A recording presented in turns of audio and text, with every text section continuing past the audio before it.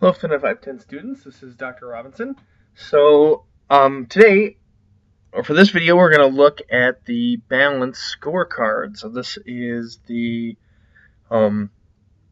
nice combination of financial and non-financial factors that your business is judged on in the simulation. And so right away you can see this is our results from practice round 1. These are results from practice round 1. And so you see there's you get your overall score, but it comes from a combination of many different sub-scores here. And so I want to go through and look at some of these individual sub-scores and where your points come from. So first, if you look at stock price, we've got a chart here, and you can see if you have a stock price, you score more points, the better your stock price gets, up until full credit at $32. And so while you're in this range in the middle here, higher prices lead to more points and lower prices lead to less points. And beyond 32, all it does is help you, because then if something negative happens, you have a cushion to prevent you from going back below. So stock price is a metric that just the more the better. Many are like that, but not all. So profits, for example, is similar. You just have a raw absolute dollar value of profit. Once you hit 7 million, you max that out. But in the middle region, you can both gain and lose depending on your profit from year to year. This is different than leverage. So you see right away, leverage, you have a range over which you get full credit. So why would this be? Why is the simulation set to score that way? Well, in businesses, in real life, just like the simulation, there are benefits to leverage and there are costs. So in real companies, you benefit from having leverage in that it provides a tax shelter. Interest payments are tax deductible, whereas payments to stockholders are not. And generally, debt financing is a lower cost source of financing, and also would drive up the returns to the stockholders.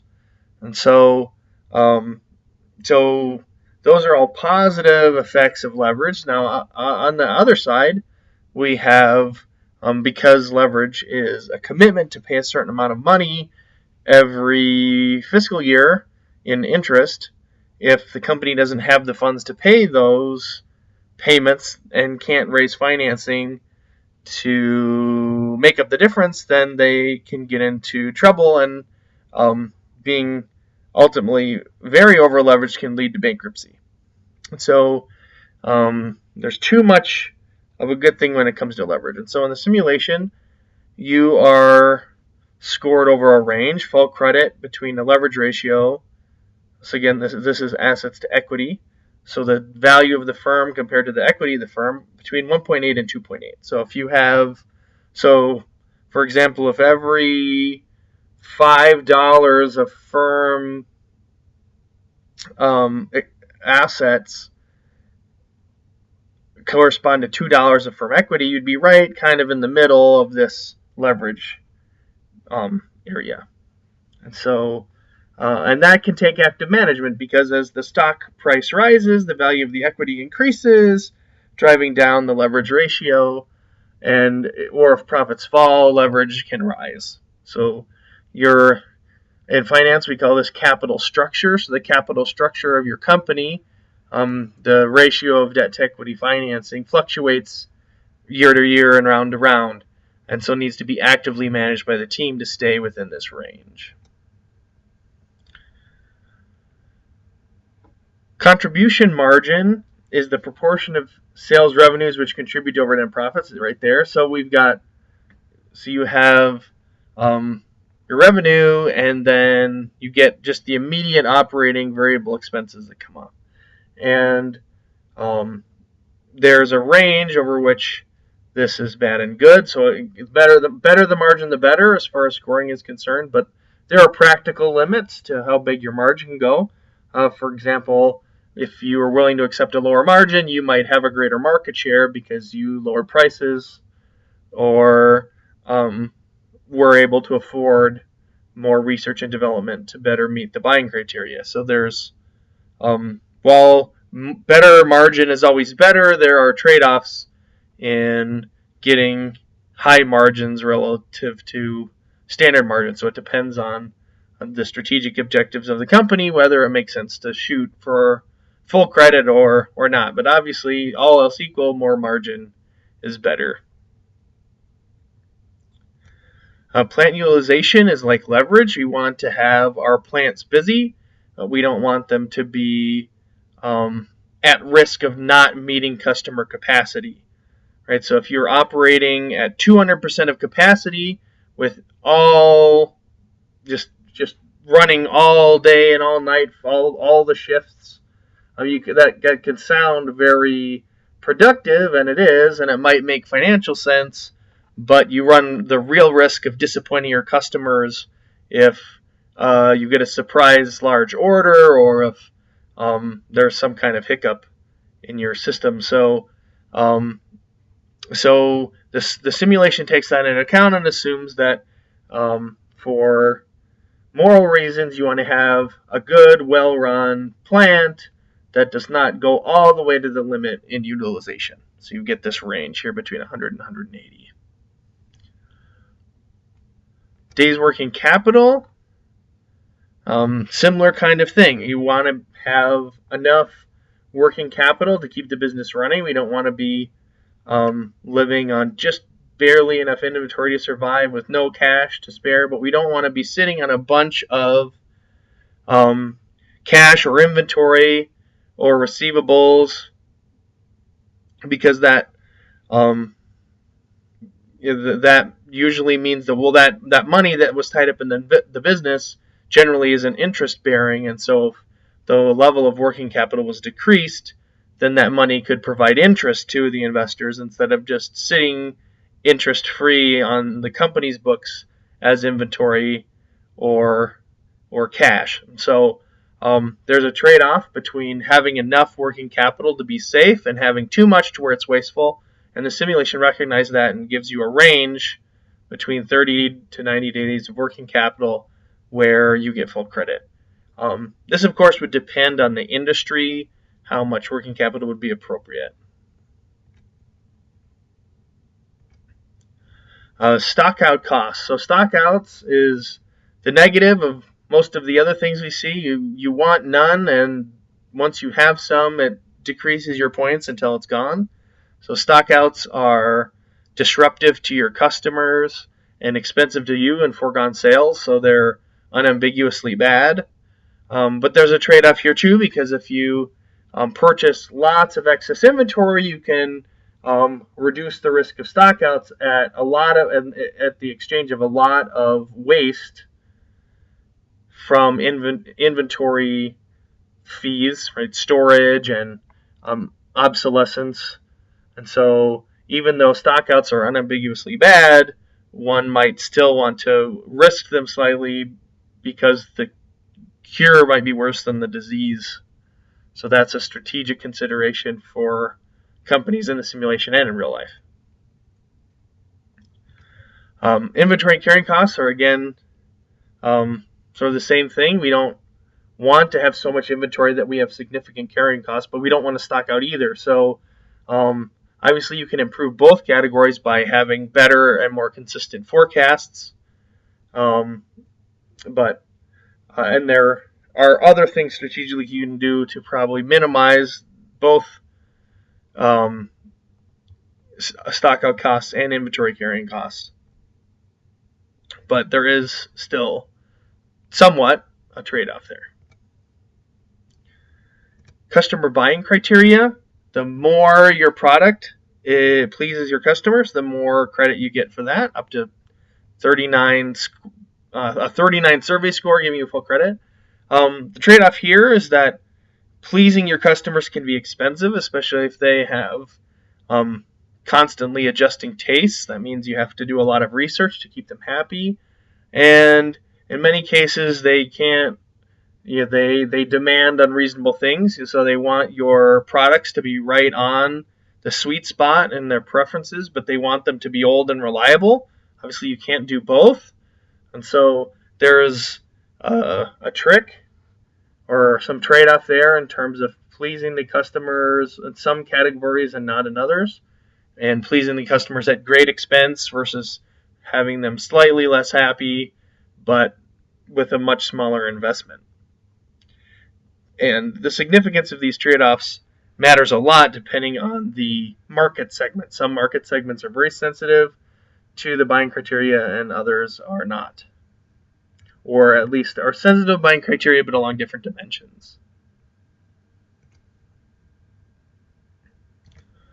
So customer awareness, this is how well known the products are. This is a consequence of promotion. And so the more your customers or the target market is aware of your business, that's seen as valuable. And there's a moral good there. Being aware of useful things can benefit people, and that if it provides them a better alternative than what they have, then they can benefit from it. This is essentially the moral case for advertising, that it provides people with important information about options. So in the simulation, you get more credit the more people are aware of your business, but again, the trade-off is that awareness is expensive and may not be in the financial best interest of the company to drive to the full credit range on all products. Accessibility behaves similarly, but in this case, this is how responsive and effective your sales force is. So if you spend more money on a sales force, then it's easier for your customers to interface with your product. But of course, high service sales people are expensive. So again, this is a financial trade-off versus a customer service experience. And so they're finding the right balance between those two is a challenge. Product count. So the simulation views variety as a good in and of itself, and to some degree this is true, right? Having more available options means you're more likely to serve people with their specific needs, and it's just generally effective of outreach towards bringing products to market that benefit people. And I guess in general, if you suppose that your product is doing a net good in the world, right, that your sensors, the fact that you have good sensors that do good work when they're installed means people's lives are easier or their products work better, or that they benefit from your product, then having more products would be in and of itself a good thing. Again, there's a trade-off here, financial, just to spend the money on it, but also if the company is credit constrained, having more products required significant upfront investment, and so that would have taken away from investment in other products. And so there's a question of how reasonable is it to do this and how soon. So there are those things to consider. So this is sales general administrative expense, and this is in a range probably because we want our customers to have a good sales experience, and we want the business to be well run. So if you go to great lengths to slash the sales budget and the administration budget, there's a higher chance that you have quality control issues, or that the business becomes mismanaged, or so that there are negative consequences. And so in terms of a non-financial reward, the simulation puts a target range on SG&A so that you're at least contributing a reasonable amount of management investment into the product. But if through mismanagement or technological neglect you wander up into the really high range on your SG&A, you lose points. And the last one is turnover rate. So this is how much your workforce you lose each year. Naturally, being good to your people who work for you is a moral imperative, and if they are feel ill-treated or or have challenging lives because of your business, then that would naturally be a negative morally. And so um, if the effort levels extracted from your employees do cost you points, then hopefully what you got out of making your employees' lives more difficult is great or good on the other side. So there's a trade-off with pleasing your people, with giving them pleasant, low stress, low turnover careers, and meeting the needs of this business, especially in a recession. So if the economy declines and there's excess capacity, there's a pretty significant financial incentive to laying people off, which would cost points, but may be fiscally really important for the company depending on how bad the recession is. So in general, you get each round, the teams will get a score assessing that round in particular, and then there's also a recap score, which is does the same categories but in an overall sense. So as you accumulate points and resources and assets in your company, that will drive up your recap score at the end. So getting a good balanced scorecard score total is going to be a combination of doing well in the individual rounds and finishing with a business that's very valuable morally at the end. So that is the balanced scorecard.